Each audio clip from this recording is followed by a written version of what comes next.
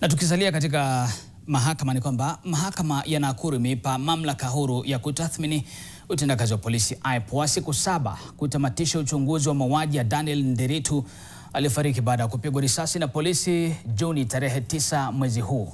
Huku hayo yakijiri ni kwamba maafisa 7 waliokamatwa kwa kuhusika na mauaji hayo watasalia korokoroni kwa muda huo katika kituo cha polisi cha Menengai, eneo bunge la Rongai, kaunti ya Nakuru. Ni Kasio Njue, Eric Mwangi, John Kihara, Naftali Gitonga, Ephantus Njeru, Maxela Tanui na Isaac Anampiu waliowasilishwa hii leo mbele ya hakimu mkazi mwandamizi Cynthia Muhoro baada ya kukamatwa tarehe 10 mwezi huu.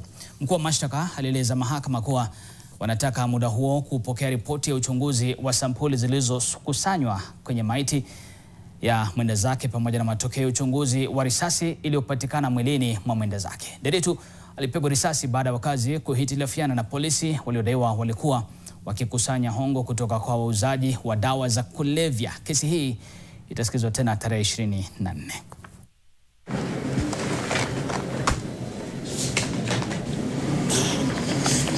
One case. Report statements from witnesses, they don't even know.